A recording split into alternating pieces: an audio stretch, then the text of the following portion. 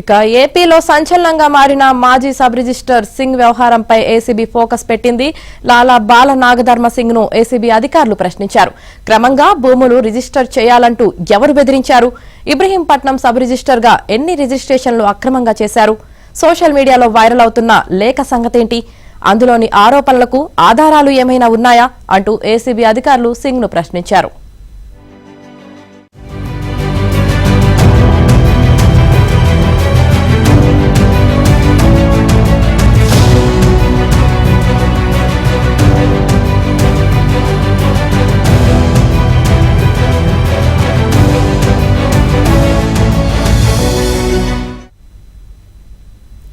చంద్రబాబునే జైల్లో వేశామని, ఇక నీవెంత అని వైసీపీ నేతలు అక్రమ రిజిస్ట్రేషన్ల కోసం తనపై తీవ్ర స్థాయిలో ఒత్తిడి తెచ్చారని ఆయన వెల్లడించినట్లు తెలిసింది.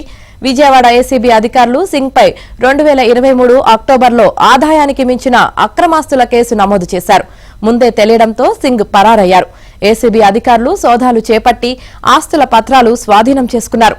ఏపీలో ప్రభుత్వం మారాక ఇటీవల పాత కేసుల సమీక్షలో భాగంగా 2023లో నమోదు చేసిన కేసులో నిందితుడు సింగ్ ను ఇంతవరకు ఎందుకు అరెస్టు చేయలేదని అధికారులను ఏసీబీ డీజీ అతుల్ సింగ్ ప్రశ్నించారు.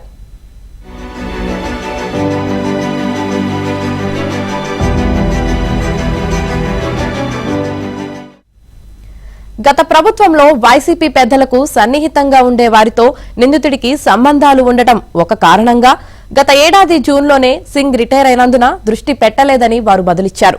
వెంటనే అరెస్టు చేయాలని ఆయన ఆదేశించడంతో రంగంలోకి దిగిన సెంట్రల్ ఇన్వెస్టిగేటివ్ యూనిట్ అధికారులు గత నెల 31న ధర్మసింగ్ ను అరెస్టు చేసి కోర్టులో హాజరుపరిచారు. కోర్టు ఆదేశాలతో జ్యుడిషియల్ రిమాండ్కు తరలించారు.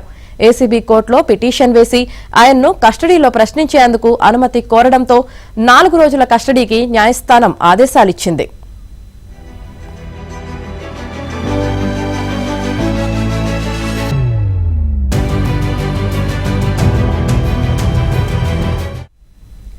దీంతో విజయవాడ జైల్లో సింగ్ ను ఏసీబీ అధికారులు అదుపులోకి తీసుకున్నారు.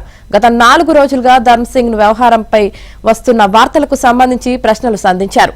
చంద్రబాబుకు రాసినట్లు సోషల్ మీడియాలో వైరల్ అవుతున్న లేఖపైన ఆరా తీశారు. మాజీ CM Jagan PA KNR, Jagan సోదరుడు వైఎస్ సునీల్ రెడ్డి మిమ్మల్ని బెదిరించారా? ఎన్ని భూములు అక్రమంగా రిజిస్ట్రేషన్ చేయించారు? అవి ఎక్కడెక్కడ ఉన్నాయి? వాటి విలువెంత అని ప్రశ్నించారు.